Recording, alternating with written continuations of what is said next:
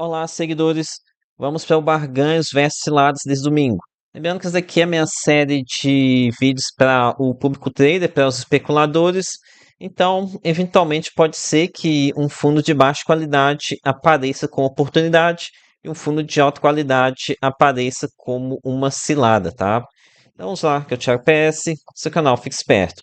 Então, vou começar esse vídeo falando sobre um caso onde a gente vai operar contra uma casa de análise, contra uma recomendação de casa de análise.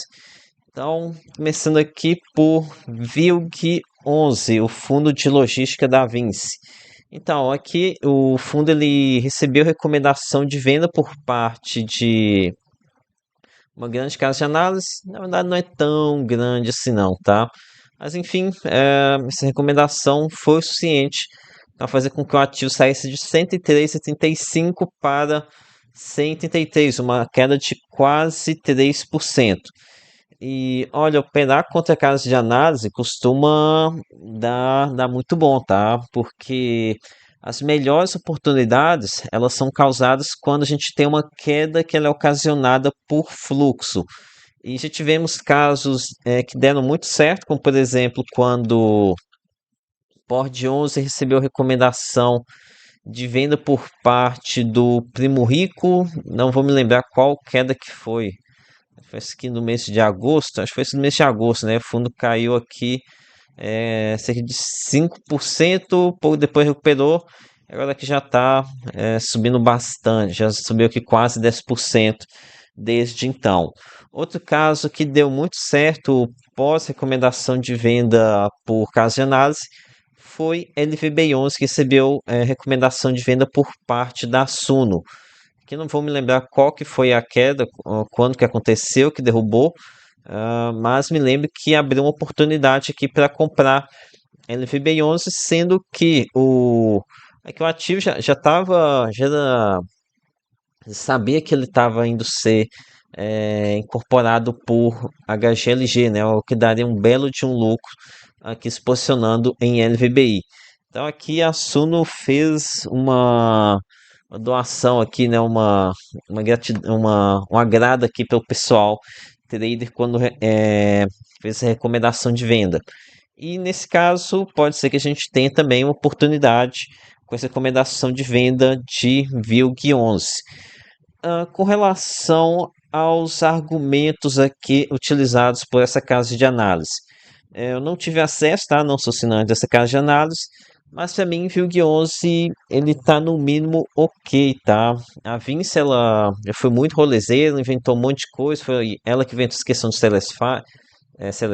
troca de cotas por imóveis, alavancagem com carência, mas perto do que gestores como a Valora, do que eles têm feito, a Vinci realmente está como um anjo, está parecendo um anjo, tá? De tão negativo que tá outros gestores aí como Valora, é, TRX, Guardian, as Agros lá em GGRC. Então a Vinci tem aprontado muito menos do que essas outras gestoras. Ok? E aqui Vilg 11 vem em um bom momento, tá? Vou abrir aqui o relatório para vocês. É que eles têm feito muito, mas muito lucro mesmo com a venda de cotas de HGLG. Aqui, por exemplo, foram 18 centavos de lucro em janeiro, 22 centavos em fevereiro. Aqui, ó, tinham 3,5 milhão de cotas de HGLG, ainda tem 3,2 milhões de cotas. Então, é, ainda tem muito ganho de capital a ser realizado. E, sinceramente, não entendi que esse cara de análise está falando aqui para vender VILG11. Então, para mim, VILG11 tornou-se sim uma oportunidade com essa queda pós recomendação de venda. Em relação a fundamentos, não vou colocar lá em cima porque a gente precisa tomar muito cuidado com a Vinci, né? Não é porque ela está menos rolezeira do que outras gestoras que ela se tornou uma, uma boa gestora. Então, vamos agora aqui para o próximo fundo, TEP11. É, TEP11 andou caindo bastante aqui nos últimos dias, né? TEP11, que TEP, TEP 11 chegou a bater, acho que foi 9,30, 9,30 aqui na véspera da DataCon de fevereiro. Agora está aqui em 9,09, chegou a bater perto dos R$ 9, é uma queda aqui de 3%. Não é uma queda tão significativa assim, mas quando a gente pensa que o fundo vai ter aquele aumento do rendimento agora em março, agora finalmente vai vir esse aumento, né, para 13,1 centavos, e o mercado se comportando de maneira oposta que a gente esperava, né, de estar aumentando aqui a cotação. E o motivo para isso acredito que seja a exposição ao grupo Pão de Açúcar. Vou abrir aqui o relatório para vocês. TEP 11. Tá, peraí, ter errado. TEP 11. Mas já adiantando, o TEP 11 tem uma exposição de 22% ao grupo Pão de Açúcar. Então, abaixo de uma exposição a, a um mono imóvel, né? Essa aqui foi a grande bola fora que a Telos deu aqui, a aquisição desse imóvel de forma concentrada, com certeza que é ruim. Com relação ao risco do grupo Pão de Açúcar, aqui a gente tem que pensar se o problema vai estourar antes do rendimento ter esse aumento, né? Aqui no final do mês. Olha, eu não sou um grande estudioso do Grupo Pão de Açúcar. É uma empresa que eu nunca me interessei por ela, sabe? Já vem bastante tempo que lá tem rolo de governança, briga de controladores.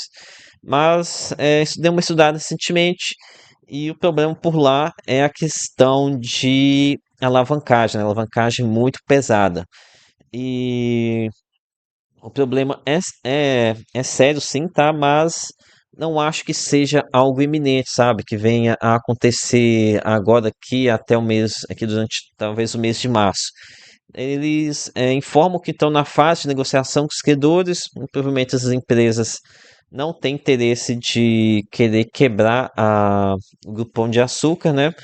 Ah, e a gente fica pensando, né?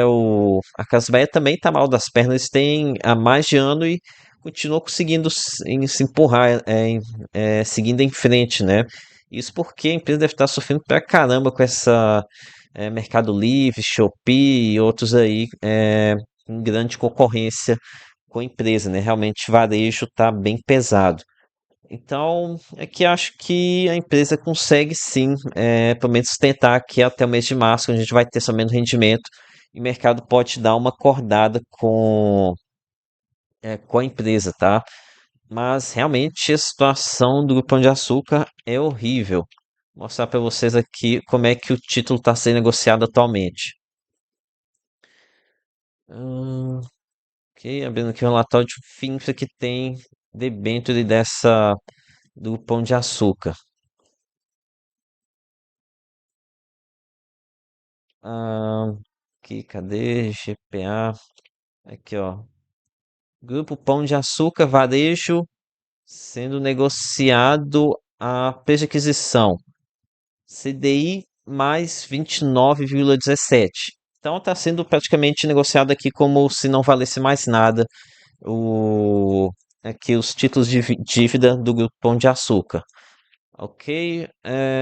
Avaliando aqui sobre a questão de TEP 11. Então, TEP 11 não dá para colocar ele como excelente qualidade por conta dessa concentração, mas eu vejo sim como uma oportunidade, tá? Aumentou o risco, tá? Você tem que estar ciente disso daqui, mas ainda assim vejo ele como uma oportunidade. Ok? Então vamos aqui para o próximo fundo. Ah, Comentar agora rapidamente sobre CDI 11, o Fundo de Infraestrutura da Esparta. Então, aqui CDI 11 ele teve aqui uma queda depois do rendimento de fevereiro e praticamente está no sendo negociado no VP. Aqui, ó, tá exatamente quase um pouquinho aqui acima do VP, né? Tá praticamente no VP. Então, não é aquela barganha super descontada, mas Ah, aqui CDI 11 ele tem um histórico de ser negociado com bastante ágio, né? 6% de ágio, 5% de ágio, 4% de ágio. Então, aqui é um fundo que tem esse histórico de negociação mais cara, tá?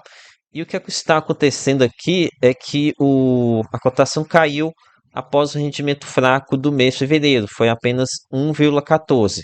E aqui foi um mês ruim para muitos fundos por conta da baixa quantidade de dias úteis.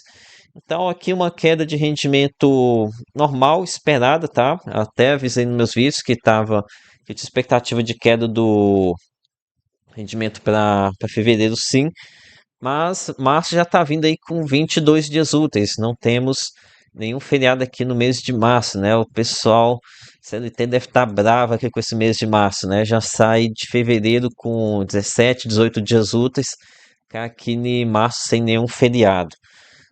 Então, o rendimento de CDI 11 tende a dar uma bela subida aqui nesse mês de março, ainda mais que boa parte dele vai ser ainda com uma Selic a 15%. Ok? Então aqui eu vejo CD11 com oportunidade, sim. Entanto, tome cuidado aqui que eu tô falando de especulação, tá? CDI 11 vai ter queda no rendimento. Então aqui se fosse fazer uma análise para holder, pode ser que alterasse um pouco o que estou falando aqui.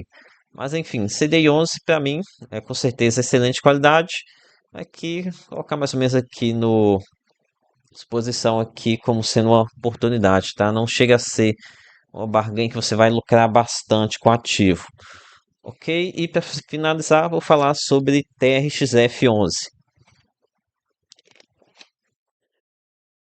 Ok, sobre TRXF11, comentar aqui bem rápido, o vídeo já está estendendo um pouco demais.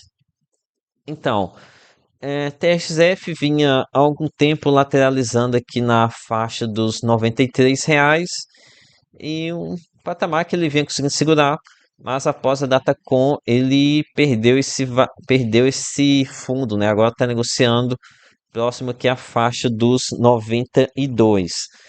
Aqui uma das explicações, possível explicação para isso, talvez não, né? Com certeza tem aqui o elemento na questão da exposição ao grupo Pão de Açúcar. Aqui são quase 8% de exposição ao GPA, né?